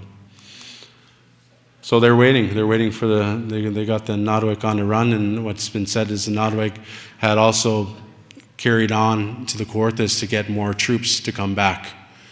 So while they did this, they sat and waited upon the mountains. So and that picture where I took that picture, I forget the name of the farms. It was really weird. I walked up to it and I just wanted to get a good view. And there was a worker out there. The people weren't home. And I said, "Hey man, so what's your name?" He said, "My name's King." I said, "No way, that's my name." And so we hit it right off, and I said, "I just want to take a picture from the backyard. Is that all right?" And he said, "Yeah, no problem." They had a big swimming pool and everything. So I kind of wanted to see if I could view, Wasaga Beach from there, but pretty much I couldn't. But I seen that other mountain and drove through there. So probably that other mountain is where Saugamo's Watching Place would have been. It's not really known. If you look at the topography, you can see some different places around there, different ski hills that you can see directly where the mouth of the Nottawasaga River is in terms of Wasaga Beach. So we have that battle again. Many were massacred. Again, putting their heads on spikes and having that forewarning. A lot of these times they would let some survive and carry the message, like not to come back here again. So I use that term Nottawa, or Nottawick.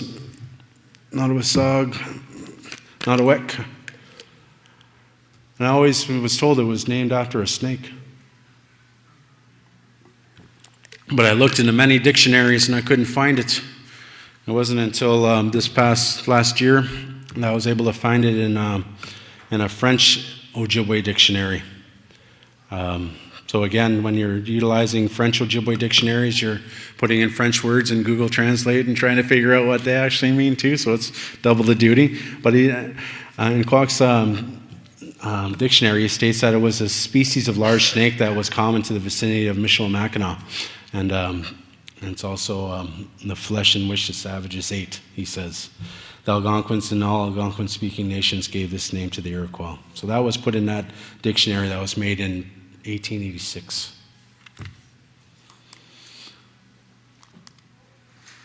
So from there, they met with the other contingent at around what's called Bone Island. Now there's two different islands that kind of mention the bodies of the Nottoway being upon. One is Head Island in the north side of Georgian Bay, and the other one is Bone Island. They're both referenced as Skull Island in the historical record. So it's like, okay, which one is which? Which one was it? Throughout the research I've done, I consider it's both of them. It's not just one, but both. And both stories from the North Shore and South Shore. So just different stories from Alan Salt and Peter Jones that share those renditions too as well. And also George Potash within his writings.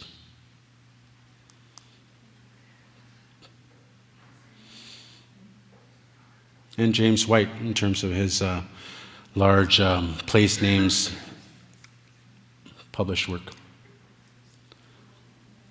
And again, Johnson Potash.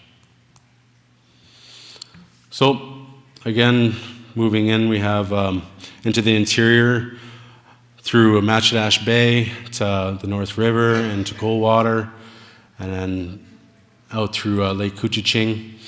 We have those battles at Lake Couchiching. I did find another record where there was another battle between Matchedash and Lake Couchiching. So I would consider it to be probably around Coldwater.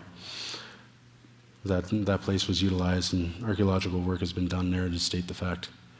But these battles had, again, carried on. Now, when I first read about some of these battles at Lake Couchiching, one said it was at Lake St. John, another one was over by Geneva Park, and I found another one that was at Lake St. George and north of Orillia on the west side. And then within some of the other research I had done on the area, within the archaeological reports in the turn of the century, like those people who lived in Orillia, in the 1880s, 1890s, and setting up farms, they found everything, and they were just passing it off, and a lot of these bones went to the ROM. I'm not too sure if they were repatriated or not, but a lot of them, they had always said that it was Huron bones. It was Huron bones, but there was always a village right there at the Sun City.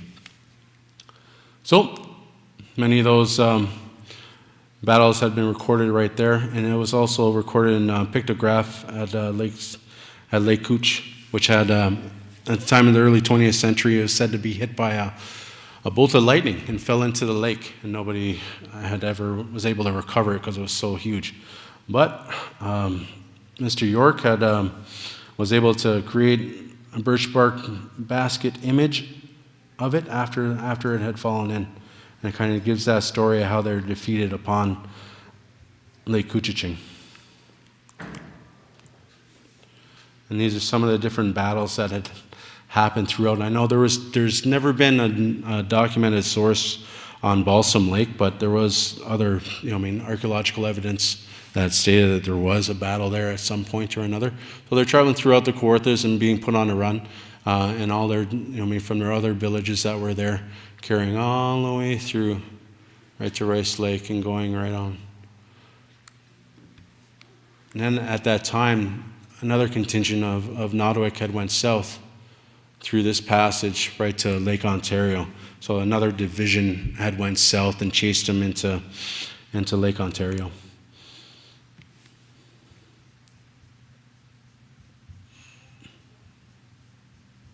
So from Rice Lake, as we know, for those that have ever been to Rice Lake, we have those Serpent Mountains over there too as well, and some that are shaped in shape of a turtle, and others too as well, other battle places on Ghost Island and as well as other places in the vicinity. So we have those stories from those folks at Rice Lake, let alone those other stories from other testimonies. Another place was in Peterborough at Cemetery Point. It was only one spot, but yeah. I knew I was going to have too much stuff. It's all right. I'm just kind of skipping past everything. Going up, Myra Lake was another spot, and at the mouth of the Trent River was, Kapoway, when he documents some of these battles in his works, he states, well, this was the first battle here, or this was the second battle over here, and when it came to, the mouth of the Trent River, that was the final battle. I think he counted like 6 battles in his work, but there was, as I showed you, there was way more than 6 battles that had happened, right? So, and that kind of brings me to the point of today. We have all these different stories, we have all these different understandings of our history.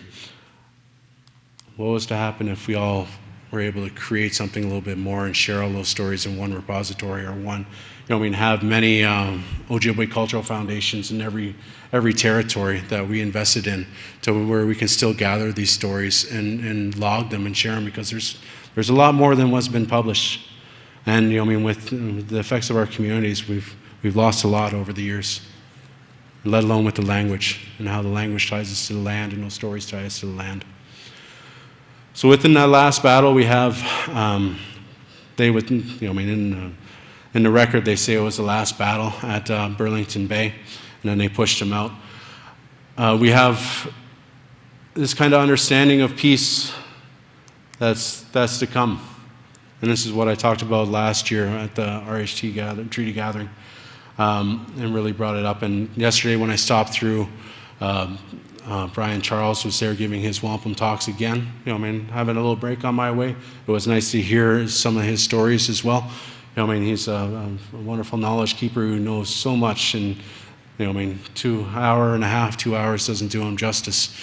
He's a day or two or even a week to be able to really share his knowledge in terms of what all the meanings behind the belts are. So within, after the push out of Burlington Bay, the Nottawick wanted to make peace. And there's stories from, that peace happening right here in the Sioux, in Boateng. There's another story of the peace being made over at Kingston area, Fort Frontenac. Even those from Chippewas, the Lakes Huron and Simcoe have that story of them coming up to the lake there and making an agreement as well. So we have these different, it just wasn't at one spot, and probably just wasn't with one person at that time period. After the peace was made, then the French had started to make arrangements of having a larger peace gathering.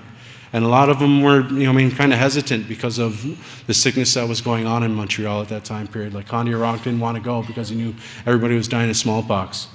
But they knew it was going to be an important venture, so they had prepared a year ahead of time for those ones to go. And from there, they went. Thousands of people went.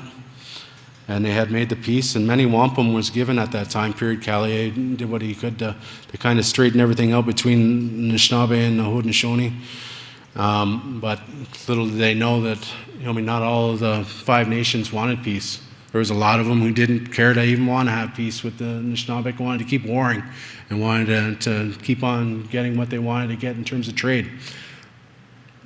So then we have that other agreement with the British at that time period, the NANFAN. But this one I thought was pretty interesting to end on. Peter Jones stated that the territory conquered was divided among the victorious Ojibways, and the Treaty of Peace and Friendship mentioned has from time to time been renewed at general councils. Yet notwithstanding this treaty, there has been and still is a smothering feeling of hatred and enmity between the two nations, so that when either of them come within the haunts of the other, they are in constant fear. Ever since my remembrance, I have frequently known the Ojibways to be greatly alarmed at the idea of the Nottaways lurking about in the woods near them, and I firmly believe that nothing but a good sound education will eradicate this settled hatred. So mind you, this was written in 1850, right? Today it's a little bit different story. We are a little bit more educated. We are, some families intermarry. I know my family is intermarried. I've got Seneca cousins too as well. I don't know how you would. Myself being part of white, I always said I was Nishnawsh, but it would be different with that side. But yeah, sorry for going a little bit over top at the end and fast forward, but I didn't realize we're a little bit out of time. But I just want to say miigwech. Thank you very much for having me. Hopefully you learned something new. I know it's hard to put 100 years into an hour and a half. So hopefully you enjoyed the presentation. I say miigwech to the Anishinaabe Nation for having me here and everybody else.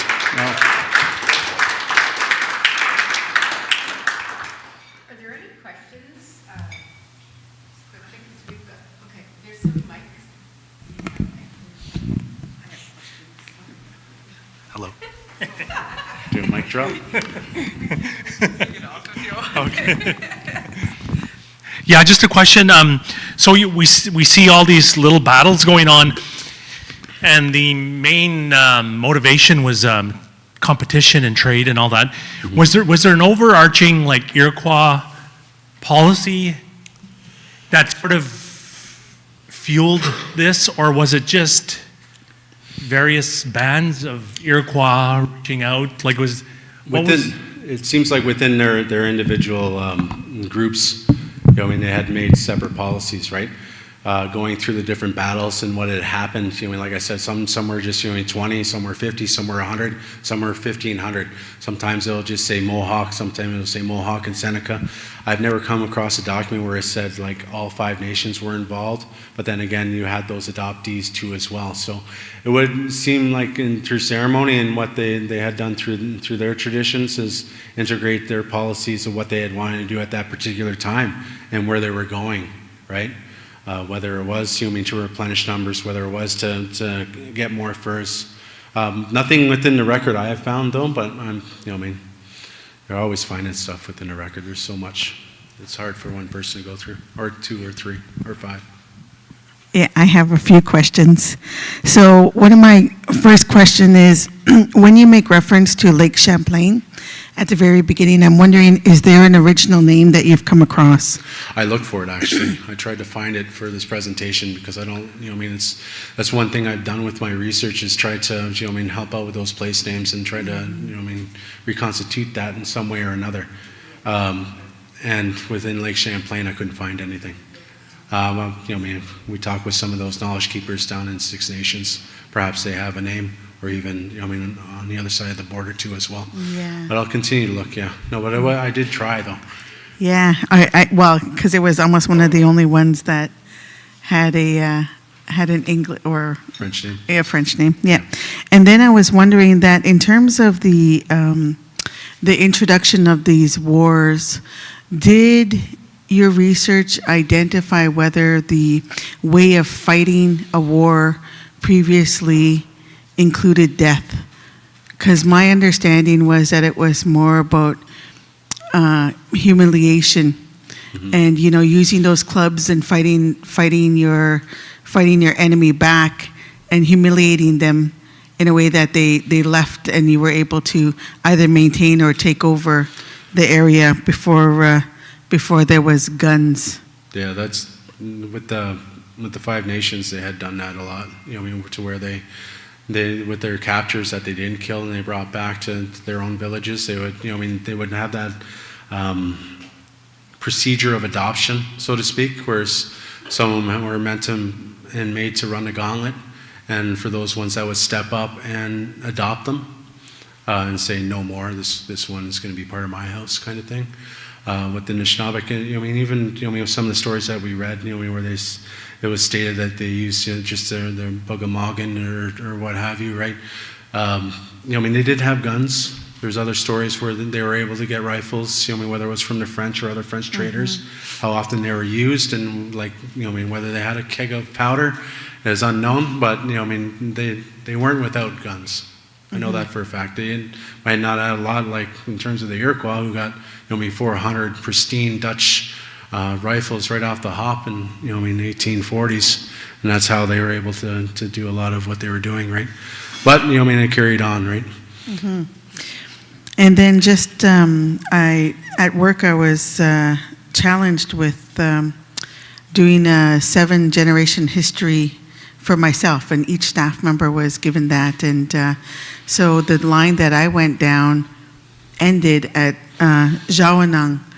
And at that time, I remember asking questions about it, like, who is this Jawanang?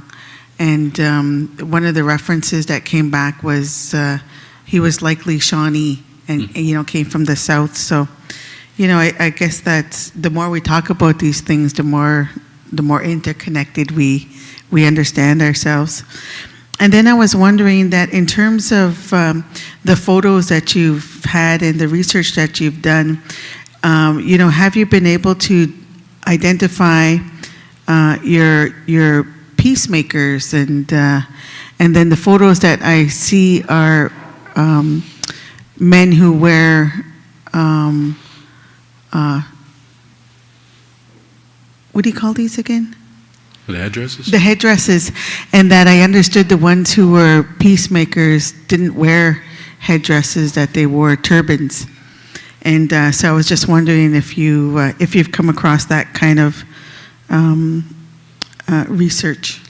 Yeah, in the 19th century, some of those peacemakers, I mean, at that time wore turbans maybe with one feather or so. I mean, that happened with the Shawnee as well as Potawatomi and some others too as well on the west side of Lake Michigan. I mean, before and after the War of 1812. Okay. You see that in some artist works too as well, like George Winter, who documented a lot of the Potawatomi Trail of Death in Indiana and Illinois and around there in the late 1830s. You see those turbans on those folks too as well in that area. That had intermingled with the Shawnee too as well, right? And the Wabash River. Yeah, and then the one more I've got is, I have two here. In terms of, recognizing that smallpox was coming up into the Great Lakes, from my understanding, smallpox made it as far as Wolf Island or around that area, and I'm just wondering, is there any research, I guess, in terms that was shared with or done through your research of, like what was the stoppage of smallpox from spreading further west? Staying away from Jognosh, I guess. would imagine. I hadn't found anything on that. I mean, smallpox is really tough because we had no immune system to it. Yeah. This fall I've read some up on the Aztec and when they first met with Cortez and the issues that happened down there too as well. And for some that had survived, that epidemic and other diseases too as well, their immune system got a little bit better, but didn't ward off any other infections after that. Some did though, not in every case, but I would say, it's hard to track that too as well at that time because it was, you just have a situation is written where they got smallpox and the whole community was gone. Not how it came in or where it ended up going after that, right? Right. Okay, and then the last one is that a lot of the references that I'm understanding that some of these people, like, I'm just wondering, like potash, Kapaway, or what did it say? Gagagay Gobble. Yeah, Gagagay Gobble. I'm wondering, did they write in English? Yes. Okay, so how were they trained with? Is it through the missionaries? I guess. Okay. Yeah, they were trained through the missionaries in the 1820s and 30s, and brought that. They created different hymnal books in the language too as Right. well. Some still survive to this day, and other Bibles too as well. That like Peter Jones, he had a lot of Bibles publicated during the 1830s, Yeah. and that were spread out to a lot of communities in Anishinaabe. But they also wrote and they helped write letters and visit the King of England, Queen of England, and they were able to be Translators. transferable in both languages, right? Yeah. Oh, okay. And then I was just wondering, and is that documented that they too also went to Oka to learn, that Western way of life, including English? At Oka? I think that's where Jean-Baptiste Signac was sent to Quebec to learn English in the Western way of life. Yeah. Yeah. I haven't really looked too hard into, or can't even remember reading anything where they were able to missionary. I thought it was down in York, in Toronto, and around that area, but I could be wrong. Maybe. Been a while. Thank You get all jumbled you. up, and I just wanted Yes. to apologize for my reading. The time change got me up. I was up at 10 to 4 today, so my eyes are getting old, and I was trying to zoom in on my computer, but no. Any other questions? Thank you so much. No problem. Miigwech. Yeah, another round of applause. One thing I wanted to point out, and I didn't really get to touch on, is that with some of the information I shared today, it goes back to oral history and oral stories and that sharing of the oral tradition, and how important it is too as well in today, in a day of modernity, that we need to document these things in other ways for it to live on even more, both and in English and in Anishinaabe. So hopefully, some of you that are fluent in the language, keep sharing and doing what you're doing, I know the nation's been working really hard over the last decade to keep our culture and our language going as much as possible. And we just have to keep influencing everybody else to get on board and to work hard as a nation to keep it on, because it's so important. So important. Miigwech. Thank you very much. Appreciate you.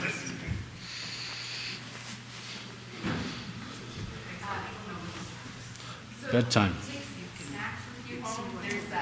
Yeah. Right.